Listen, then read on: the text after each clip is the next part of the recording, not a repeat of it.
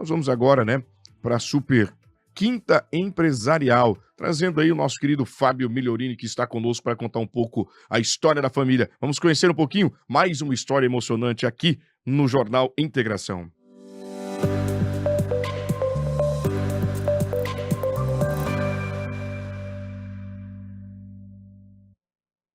Muito bem, Fábio, bom dia para você, bem-vindo aqui à nossa programação. Fábio Migliorini, parceiraço nosso, vai falar um pouquinho da história deles, que são de Santa Catarina, mas que conhecem o Mato Grosso aí há bastante tempo. Bom dia, Fábio, que bom que você aceitou o convite de estar conosco batendo um papo hoje. Bom dia. Bom dia, Anderson. Bom dia, Lobo. Muito obrigado mais uma vez pelo espaço aqui na Hits para a gente conversar. Parceria muito forte aí. Muito bacana. Fábio, vocês são de Santa Catarina, né? Por lá o pai já empreendia, a família já empreendia. Você vem de uma família de quantos irmãos, por exemplo? Conta pra gente. Nós somos em 3 irmãos, né? E meu pai sempre teve essa veia empreendedora. Ele sempre tem um orgulho dele, que ele fala sempre que ele nunca teve a carteira de trabalho assinado, porque ele sempre foi O patrão. empregador, sempre foi empregador. Então, sempre um orgulho dele. E acho que faz parte da tradicional assim, do italiano, né? Da coisa do italiano, descendente italiano, ser empreendedor.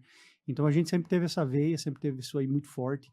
Eu me criei dentro das empresas, me criei trabalhando como empreendedor, né? Sempre. Então a gente sempre teve isso muito forte. Meu pai, ele é gaúcho, minha mãe é catarinense. Eles casaram e eu nasci em Santa Catarina, mas me criei no Rio Grande do Sul, em Passo Fundo. Eu nasci em Irati, Santa Catarina, uma cidadezinha perto de Chapecó, bem pequenininha mesmo, perto de Chapecó. E aí, quando eu tinha 3 anos de idade, em 83, eles mudaram para Passo Fundo, eu me criei lá, fiquei lá até os 19 anos, desculpa, até os 21 anos. Depois eu fui para Santa Catarina de novo, em Itajaí, depois fui para São Paulo e vim para cá em 2008. Agora, Mato Grosso. Quando Mato Grosso entra na vida da família? Mato Grosso entra na vida da minha família quando meu pai foi para Passo Fundo em 83. Em 83, ele e os irmãos dele, meu avô, compraram uma variante, na época, o carrão que tinha. Um carrão que tinha variante? É, Sim, meu pai e, também teve uma. isso, e vieram até Sinop e voltaram. E meu pai sempre decidido, sempre teve na cabeça de vir morar no Mato Grosso, sempre teve. Só que naquela época, como aqui era precário ainda a questão de infraestrutura, né? Estava começando, ainda não tinha lavoura de soja, ele gosta muito de plantar, ele queria sempre, o sonho dele era ter lavoura de soja, e era uma situação um pouco mais difícil. Minha mãe foi um pouco contra, meu tio, o irmão dele, estava comprando uma rede de livrarias lá em Passo Fundo, e aí ele achou melhor entrar na época de sócio com meu tio. Ele queria ir embora de Santa Catarina onde é que ele estava estabelecido, a cidade era pequena, ele queria crescer, lá era pequeno para E ele, lá né? em mexer com o quê? E lá ele tinha um posto de combustível, plantava e tinha como é que é o nome? Tinha um trator de esteira que ele fazia serviço para fora, inclusive vinha para o Mato Grosso prestar serviço e voltava. E ele sempre teve isso aí na cabeça dele, sim, apaixonado por Mato Grosso. Tanto que minha mãe sempre conta que entre 83 e 99, que foi quando ele veio para cá, ele não deixou minha mãe jogar uma muda de roupa dele fora, velha, porque quando ele viesse para o Mato Grosso, ele ia usar a roupa velha para ir na roça. Então ele sempre teve isso aí na cabeça dele. Olha só, muito bacana. Conservador, né? Uhum. Um cidadão, teu pai, a gente tem orgulho, né? Porque chegou aqui, empreendeu e a gente vai contar a história, né? Desta evolução, Lobo, aqui na cidade de Sinop. As boas-vindas ao Fábio Migliorini. Fábio, bom dia, seja bem-vindo. A gente já vê com a sua história, o início, você está contando uma história muito bonita. E quem está do outro lado do rádio, na internet, vai poder acompanhar com muita emoção a tua história, ou parte da tua história. Muito bacana. Agora, ele vem para cá, compra uma propriedade aqui, se torna sócio do irmão e começa a plantar aqui na nossa região. Apesar da dificuldade, apesar da infraestrutura deficitária, apesar da logística também, né? Impor aí uma dificuldade, mesmo assim ele vem e investe aqui na região. Em Sinop? Em Sinop, em Sinop. Ele, quando veio, em 83, ele veio até Sinop, voltou apaixonado pela região aqui, mas ele tinha feito, tipo assim, engatilhado um negócio em Lucas e Rio Verde, acabou não dando certo, e depois ele nunca mais tirou da cabeça de vir para Sinop. E aí ele passou os piores anos, acho que do Brasil, foi a época de hiperinflação, aquele monte de confusão que teve nos anos 80, início dos 90, ali, quando estava redemocratização, aquele monte de estatal deficitária, aquele monte de auê, que o Brasil estava uma bagunça naqueles anos 80, né? E quem trabalhava parecia que era um trouxa, porque você pegava e trabalhava, final do mês você fazia menos que o cara que tinha lá um telefone alugado fazia, ou que tinha alguma coisa a juro no banco, nos tal dos overnight fazia. Exato. Era um monte de assim, coisas que te desincentivavam a empreender. Então, nós passamos todo esse período lá em Passo Fundo. Então a gente tem uma imagem meio ruim lá do sul, mas não por causa do lugar, mas porque foi a época que era muito difícil. Era o O momento momento econômico era terrível. E aí, exatamente. quando entrou a abertura de mercado, o plano real, que foi o que assim, organizou o Brasil, mas aquele momento de implantação do plano real, ele quebrou muita gente. Exatamente. E a gente foi meio que uns que também nós tivemos dificuldade lá. E aquilo cada vez mais, assim, reacendia na gente o fogo de ir embora de lá. E a propriedade comprada aqui? Não, a propriedade foi comprada em 98. Em 98. Quando se organizou um pouco, que conseguiu, assim, tipo assim, começou a sobrar um pouco de dinheiro, começou a estar organizado mais, ele veio para cá em 98, compraram uma área de terra, e daí o desenho era o seguinte: a gente manteria os comércios lá em Passo Fundo e trabalharia a agricultura aqui em paralelo. Mas aí depois ele e meu tio, eles sempre tiveram um modelo de enxergar diferente os negócios. E aí a gente acabou separando a sociedade e acabou fazendo uma outra empresa aqui no mesmo ramo da de lá, na ramo de papelaria. Então acabou pegando todo aquele conhecimento, já tinha de fornecedor, como é que funcionava o mercado, né? Desde 83 trabalhando em cima, e acabou montando aqui. Por quê? Quando ele separou a sociedade, ele não ia ter capital de giro para tocar tocar um comércio e tocar lavoura. E lavoura, você sabe que o giro é uma vez por ano. Então, você tem que ter capital de giro, tem que estar estruturado para rodar. Então, qual que foi o desenho que foi feito? Vamos montar um comércio, que o comércio tem um giro rápido, né? Você compra hoje, amanhã está vendendo, né? Então, você consegue ter faturamento rápido, giro rápido para gerar capital de giro, para pagar despesa, para andar. E, em paralelo, você vai estruturando a lavoura, né? Aos poucos.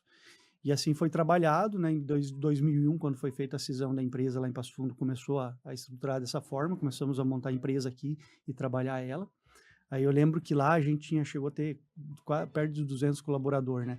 Era bem grande, tinha Chapecó, Passo Fundo, Soledade, era bem grande a estrutura. É a família toda unida nesse projeto, os filhos, a mãe... Meu irmão, minha irmã, minha esposa, minha mãe, meu pai. Minha mãe, ela começou a vida dela como professora, porque a família dela toda é professora, minha avó é professora, minhas tias são professoras, mas ela largou o magistério, embarcou na ideia, e minha mãe é uma comerciante, aquela comerciante nata. Quem conversa com ela sabe a pegada dela, todo mundo conhece ela. Posso lhe garantir isso com propriedade. Ela é aquela comerciante mesmo. Vende até mato pegando fogo. Isso. Ela é incrível. E ela tem o carisma, sabe? A pessoa carismática, né? Então, é bem isso mesmo.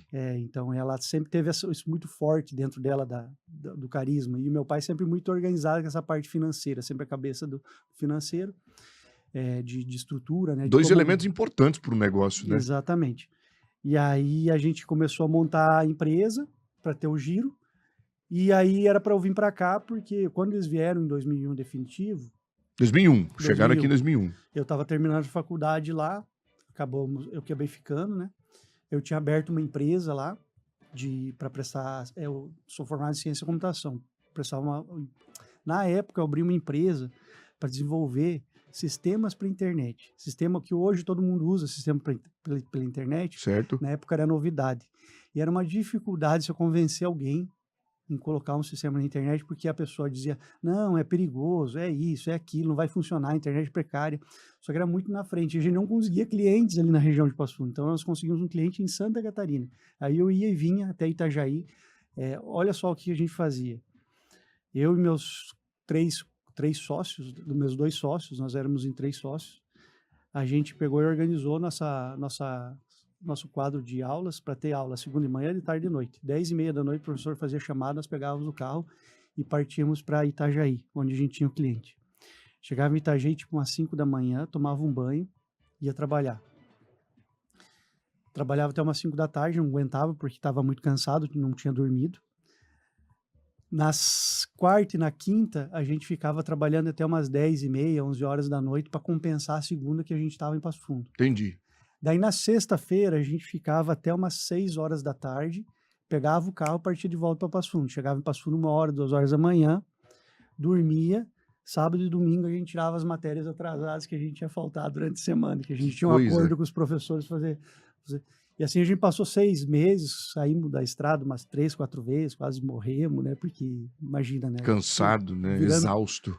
praticamente duas noites por semana virando, trabalhando, Mas aí, Fábio, estudando. é aí que a gente dá valor no negócio, né? Porque quando você traça um projeto, Lobo, quando você coloca lá na frente assim, olha, eu estou indo em busca disso.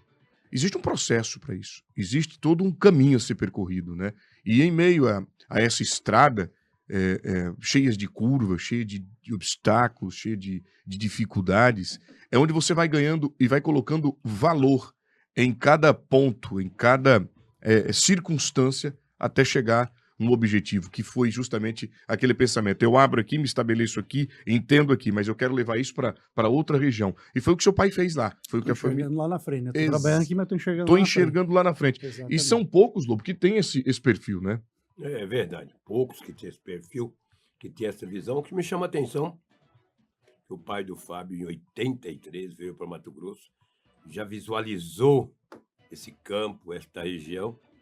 E a gente fica feliz, né? Que quantos catarinenses, gaúchos, paranaenses, e também de outros estados, desbravaram esse estado, né? Acreditaram. E saíram das suas regiões, por exemplo, Passo Fundo e Irati, que é uma cidade muito próxima a Chapecó, uma região já consolidada, e eles acreditaram aqui. Pode se considerar pioneiro, né? Pode se considerar pioneiro. Absolutamente. Em geral, o pioneiro é quem tem 30, agora não, quem tem 8, quem tem 10, quem tem 15. Depende da maneira que ele investiu em Sinop, da maneira que ele acreditou em Sinop também, ele faz parte dessa história. Cada um da sua maneira, cada um do seu tempo, cada um do seu jeito. E vocês acreditaram muito aqui. Você chegou muito jovem.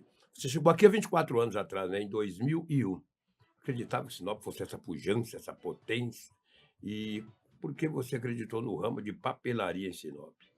Então, o que acontece? A gente já estava no ramo. Sim, Então, lá, mas lá em Santa Catarina. Isso, Em lá, Rio Grande do Sul. lá no Passo Fundo, Rio Grande do Sul. Sim. Por que a gente acreditou? Aquela coisa da necessidade, Lobo. Eu vou fazer aquilo que eu sei, entende? Eu preciso fazer aquilo que eu sei, porque eu vou chegar num lugar novo, já tenho dificuldade de estabelecer um local novo. Então, é como Anderson, se for para uma outra cidade, uma cidade nova, provavelmente você vai trabalhar com rádio, o Lobo também vai trabalhar com rádio, então você acaba trabalhando no ramo que já conhece, porque você já Perfeito. está com a mudança de cidade, de local, você já tem toda essa mudança na sua vida, né? E mudar de segmento também é Mudar de arriscado. segmento é outro risco. Então, você acaba se estabelecendo naquilo que você já estava trabalhando, já tem conhecimento, onde o teu risco de errar é menor, porque você não tem muita margem para errar, né? Você não tem muita margem para errar. Não pode, não dá tempo mais, né? Não dá mais tempo. Em que momento Sinop se encontrava quando vocês chegaram aqui? Então, Sinop se encontrava naquele momento que as ruas eram a maioria de terra, a BR ali também era de terra. Então, eu lembro a minha mãe, meu irmão, minha irmã, meu pai, todo mundo sofria muito porque tinha lá, organizava papelaria, né? Então, itens que são sensíveis à poeira e à chuva. O barracão tinha goteira, estragava a mercadoria, passava um caminhão, vinha aquele poeirão, estragava a mercadoria. Então, toda hora você tendo que cuidar para aquela poeira que entrava, fazer rodízio, limpar a mercadoria, e era o tempo inteiro. Muitas vezes você tinha um trabalhão, mas não vendia nada, porque você estava o tempo inteiro só cuidando para a mercadoria não perecer. Né? E naquele tempo, se fechasse a porta, ninguém entrava. Se colocasse um ar-condicionado, trancar a porta, o cara falava, tá fechado. Hoje em dia, não. Tá fechado, mas olha, entre, né? Ar-condicionado e tal, ainda tem a plaquinha tem que colocar. E até pelo custo, né? Porque no início você está começando, os custos teu recurso é ilimitado. Como então é que tu coloca um ar-condicionado lá para. Verdade. Não tem condição, né? Não tinha condição. As lojas, pelo nosso ramo, a gente precisa de uma loja mais ampla. Até hoje a gente não tem. Se você fizer a conta do ar-condicionado, ele não vai pagar o custo que você tem para colocar. Então é muito complicado. Porque é aquela coisa, né? Nunca vale o quanto você fatura. Sempre vale o quanto está sobrando no final do dia, né? Então você precisa sempre fazer a conta fechar. É melhor, às vezes, você ter uma estrutura um pouco mais modesta e fazer sobrado, que você montar uma super estrutura e ficar com aquele elefante grande, branco, e na hora que você vai fazer a conta lá, você está pagando, vermelho. integrando o valor no final do dia para fechar a conta. Então, e essa visão é muito importante, né? A coisa tem que ser rentável para ser sustentável. Se ela não for rentável, não vai ser sustentável. Verdade. E detalhe, né? A sua dificuldade é a dificuldade de todos os outros empresários que passaram aqui conosco já na Quinta Empresarial, dizendo: nós tínhamos um problema com infraestrutura, tínhamos um problema com logística, tínhamos um problema. E aí venceram tudo isso, porque foram resilientes, né?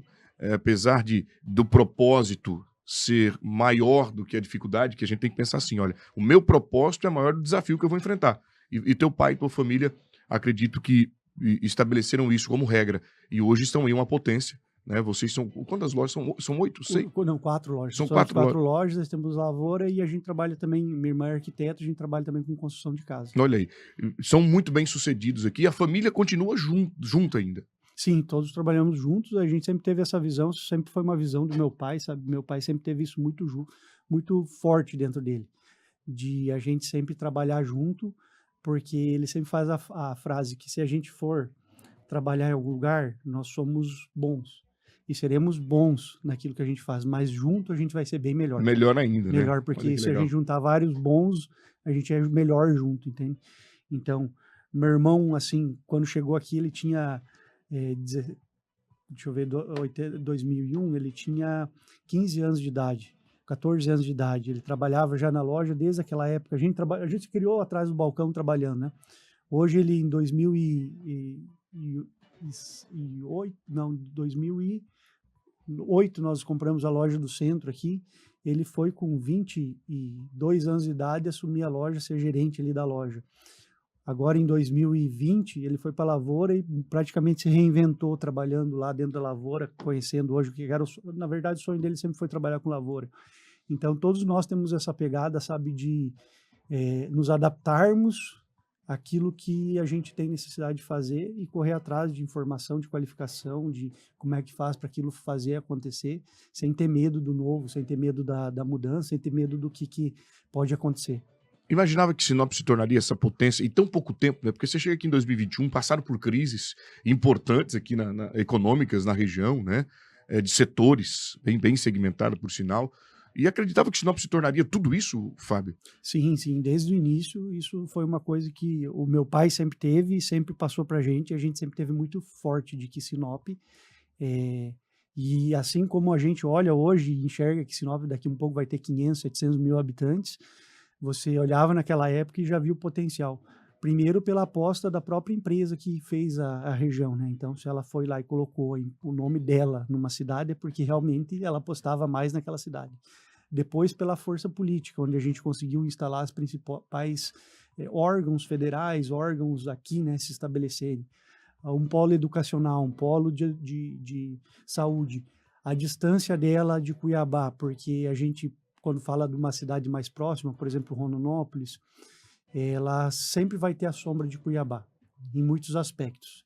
Então, muita gente, por exemplo, de Cuiabá, de Rondonópolis, pode ir trocar de carro em Cuiabá, porque é pertinho, 200 quilômetros. Esse percentual aqui em Sinop já vai ser bem menor, então as concessionárias de Sinop vão ser mais fortes do que as de Rondonópolis. E isso é um paralelo num ramo que eu estou falando, mas em vários outros ramos. A aviação vai ser assim, então, por exemplo, o cara lá de Apiacás, se ele tiver que pegar o avião lá em Cuiabá, ele vai ter que fazer 1.000 quilômetros, né? Então, aqui ele consegue se servir melhor. Então, para esse serviço de regionalização, Sinop sempre teve muito forte essa pegada. Você já está vislumbrando Sinop lá no futuro, tudo isso. E já tem acontecido isso, né? Para mim, Sinop ainda é pequena, perto do potencial que ela tem para ser. Ela ainda vai ser muito maior do que ela é. Ela ainda não, ela vai ser muito maior do que ela é. Porque a gente passou por 3 ciclos, né? 3 ciclos. Madeira, gado, e agora estamos na agricultura. Teoricamente, a agricultura ele é diferente do gado e da madeira, porque esses dois tinham prazo de validade, a agricultura provavelmente é ad eternum, e nós estamos para o próximo ciclo agora, que é a industrialização. Isso. Então, esse ciclo da industrialização, ele vai demandar muito mais capacitação, muito mais mão de obra, vai pagar muito melhor os colaboradores, vai girar muito mais aqui na região, e cada vez mais as cidades ao redor vão crescer também economicamente, e elas dependem de uma cidade centralizada aqui para fornecer uma estrutura para elas, tanto em base logística, quanto em base de formação de mão de obra, quanto em outras necessidades que a região vai ter. Então, isso lá em 83, quando meu pai veio para cá, ele viu isso aí. Em 99, quando a primeira vez que eu vim para cá, a gente enxergava isso aí e a gente continua enxergando. Por quê? Estamos numa fronteira agrícola, mais uma vez.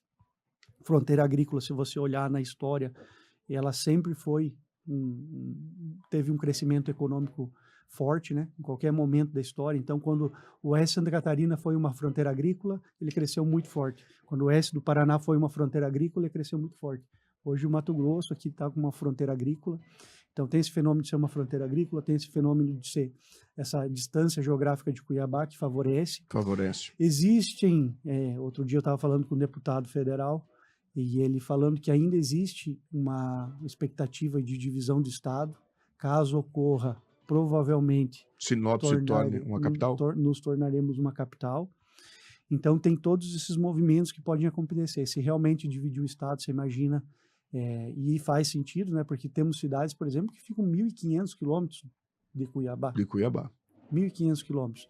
Imagina um deputado estadual ter que percorrer todas essas cidades. Será que eles vão lá? Provavelmente não, né? Esse deputado federal foi, mas e quantos mais foram? Provavelmente ninguém. Então, essa cidade acaba ficando desassistida, não existindo politicamente, né?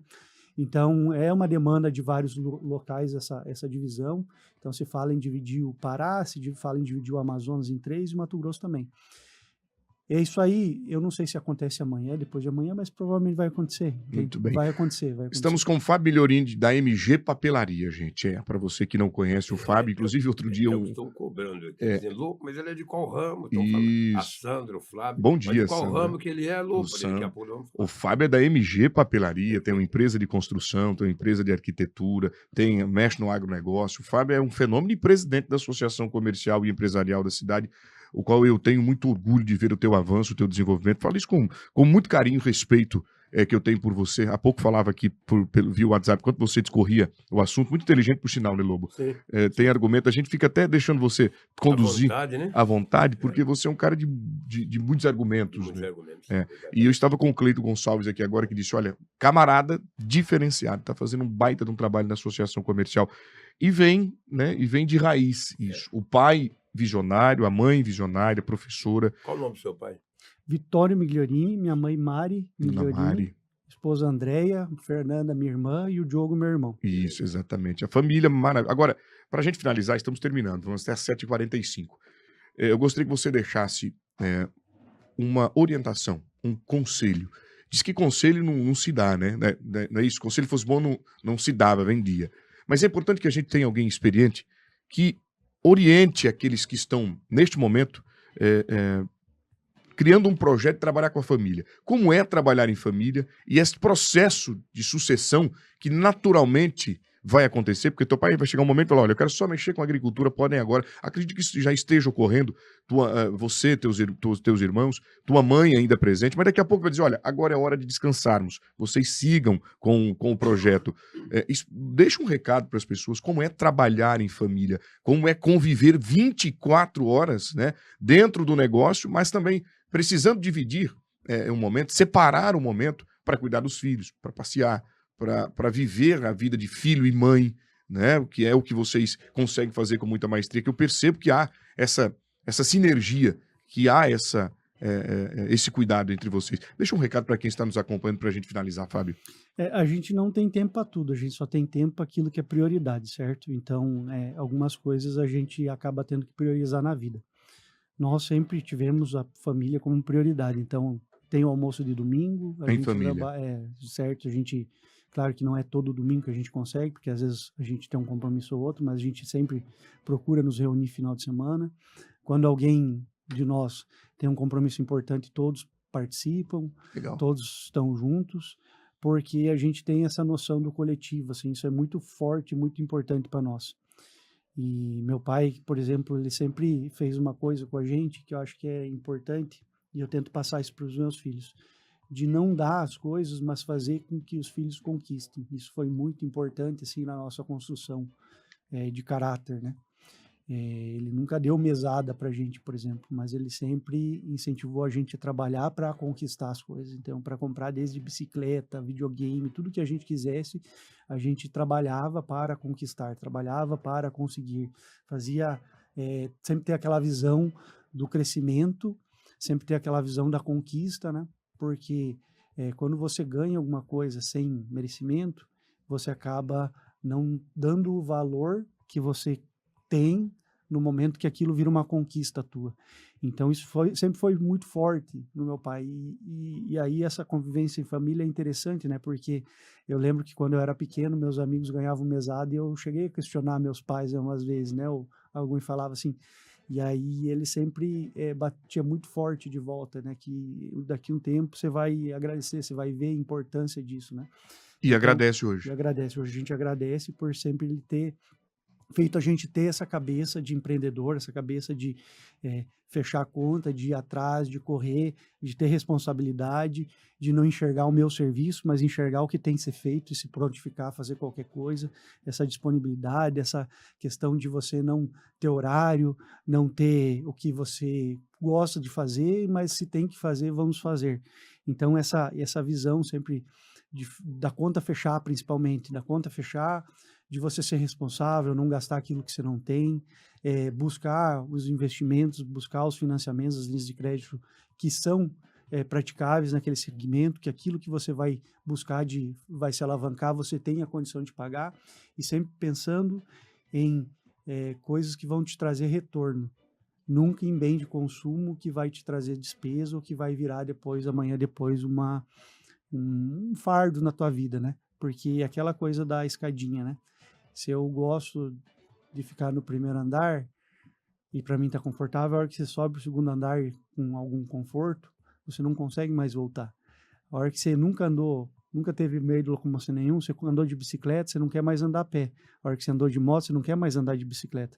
A hora que você andou de carro, você não quer mais andar de moto. A hora que você tem um carro com ar-condicionado, você não quer mais andar no carro sem ar-condicionado. Então, sempre você ter a tua condição de vida um pouco abaixo daquilo que te permite. Então, se você tem condição de andar com carro importado, você anda com um carro simples, porque aquilo vai ser sustentável para você. Quando você vive no limite das suas despesas, você tenta sempre, sabe, ter o melhor o tempo inteiro, aquilo vai te cobrar um preço muito caro. No sentido de que ali na frente você não vai conseguir sustentar aquilo ali, ou daqui a pouco você está trabalhando para sustentar aquilo que acaba se tornando um vício. Então essa visão ele sempre teve muito forte, passar para a gente, ele, minha mãe, todos, né? Você viver com frugalidade, que se fala, né? Ser frugal, então, e ser responsável, né? Muito Porque bem. a hora que eu não cumprir com o meu compromisso contigo, Anderson, você não vai conseguir cumprir com o compromisso para frente. E vira uma corrente de prejuízo, né? Exatamente. De pessoas impactadas com a falta de organização e responsabilidade. Parabéns.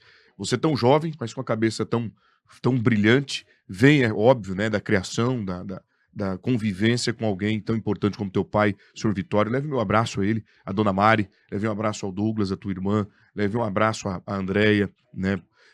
Parceira também, entende, compreende que em momentos importantes você vai estar no trabalho, às vezes deixa até os afazeres pessoais para cuidar ali de perto exatamente da empresa, para garantir um futuro para a família. É isso que é importante. Obrigado por ter participado conosco da Quinta Empresarial.